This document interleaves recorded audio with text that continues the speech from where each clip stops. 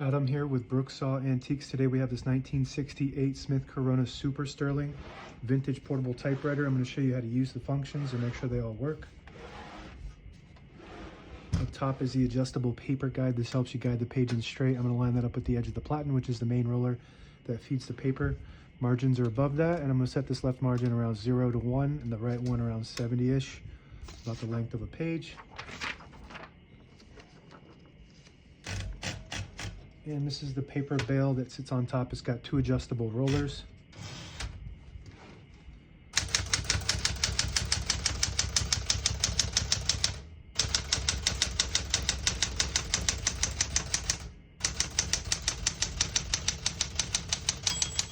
Once you hear the bell, you're at the end of the margin. Hit this line space, gets you back to the beginning, and skips 1, 2, or 3 spaces. Right now we have it on single, but if you want double, you just flip that switch back, it skips 2. One more, it skips 3. That works good. We're going to keep it on single for now and finish typing. As you can see, all the keys type nice and none of them skip or stick. I'll type a sentence in red on the next line and switch from black to red. There's a switch on the right side here. Flip that all the way down to that red square. It prints the bottom portion of the ribbon. When you have it in the middle, it doesn't print any ink at all. It just leaves a stencil for copying purposes. When you have it up top, it prints the top portion of the ribbon, which is black. We're going to move that down for red.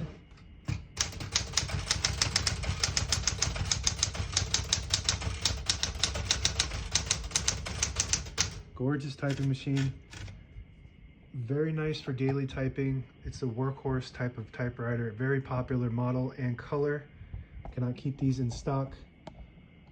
And this thing will never jam up on you. Probably the most reliable typewriter you can get. To pull the page out easy, there's a switch on the right side here. You flip it forward and it unlocks the rollers underneath the platen, allowing you to pull the page out easy or load thicker paper like carbon copy or cardstock. Make sure you flip that back before you load the next page, or else it won't load correctly. Shift on each side and a shift lock on the left. To clear that, just hit the shift button again. Backspace above that works great. Feels like there's just so much clearance when you're typing on this, like it's never gonna jam up on you. We're gonna move that color back to black. And this is your touch control on the left side, low, medium, and high. The higher you go, the more tension there is when you hit the keys. Do have to hit them harder for them to print, but they respond faster. The lower you go, don't have to hit them as hard, but they don't respond as fast. And on the right side, we have the tab function, which is set on 15 space intervals, or 10 space, I believe. So I'm just gonna go through and clear all of those by hitting the CL button, which is right next to it.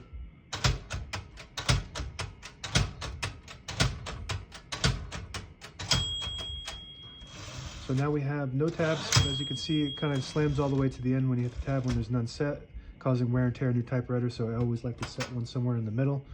I'm set one right there. And you just gotta hit that tab button a little hard on this one, or else it'll skip over it. MR below that, which is the margin release. You get to the end of the margin, it won't let you print. Hit that MR button. It allows you to go all the way to the end. This has a very crisp and loud sound to it when you type. Sounds really good, actually. It sounds just really crisp is the word I would use for that. Open the hood by sliding this forward. All the brand new ribbons loaded on this left side, so it's pulling to the right. If you want to switch that direction, you just flip the switch down, and it'll pull when you type. It pulls to the left counterclockwise. You push it up, and it'll pull clockwise to the right. That's the direction we want it to go. On the right side of the carriage is the carriage release. And this is the one design flaw that I do not like about this typewriter is these are made out of hard plastic and these things break off all the time. So I designed and 3D printed those and I have them available in my shop if you need one of these. And on the front side of the knob is the carriage lock or the escapement throwout.